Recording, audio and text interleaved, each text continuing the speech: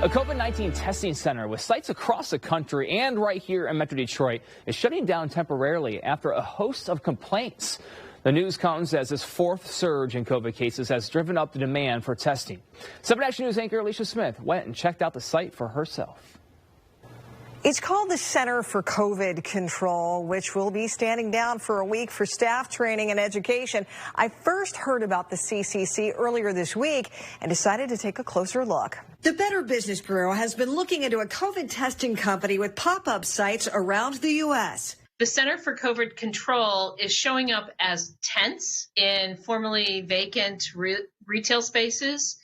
They're really just coming out of the woodwork. Melanie Ducanel, president and CEO of the Better Business Bureau of Eastern Michigan, says there are at least 11 such sites that have opened up in Southeast Michigan and several hundred more across the country. I know for a fact that St. Louis, Oregon, South Carolina, and Chicago are definitely being looked at very hard. The BBB of Chicago and Northern Illinois told me it's been actively looking into an influx of multiple complaints in many states regarding this F-rated business. Complaints such as not getting test results, paying money for expedited results but not getting results, and not responding to customers with questions, and so on.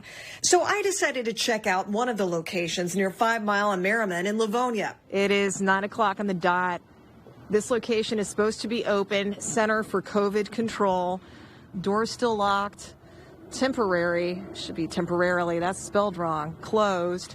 There is a light on in the very back, but I don't see any activity. It looked almost abandoned. No chairs in the waiting room, just a lone social distancing decal. Did you come here today to get a test? Yes, I did.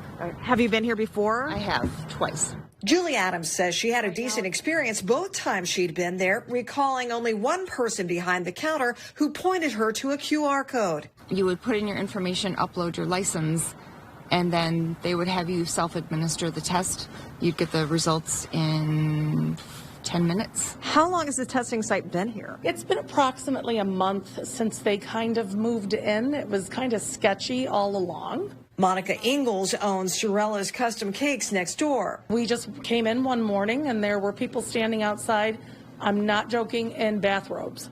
And those were people working there. Nothing about it seemed remotely professional or organized. The BBB has visited other storefront locations in Warren and Dearborn, plus a hard-to-find fourth-floor office site in downtown Detroit. Then late Thursday afternoon, a release from the Illinois-based company in question, Center for COVID Control, to pause operations for additional staff training and education, stating certain Center for COVID Control, or CCC, locations are experiencing high demand for testing due to the Omicron variant surge. This unusually high patient demand has stressed staffing resources, affecting our usual customer service standards and diagnostic goals, adding that the company will temporarily pause further collection of patient specimens effective Friday, January 14th, with plans to reopen Saturday, January 22nd.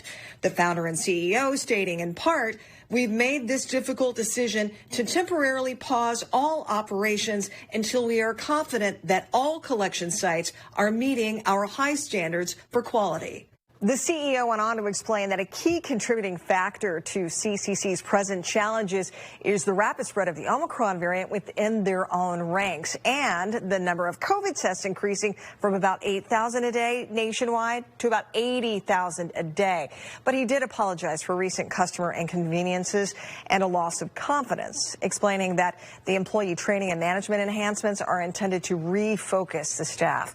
We have the whole statement for you on our website with additional recommendations from the State Attorney General when it comes to choosing a COVID testing location. As always, don't waste your money. I'm Alicia Smith, 7 Action News.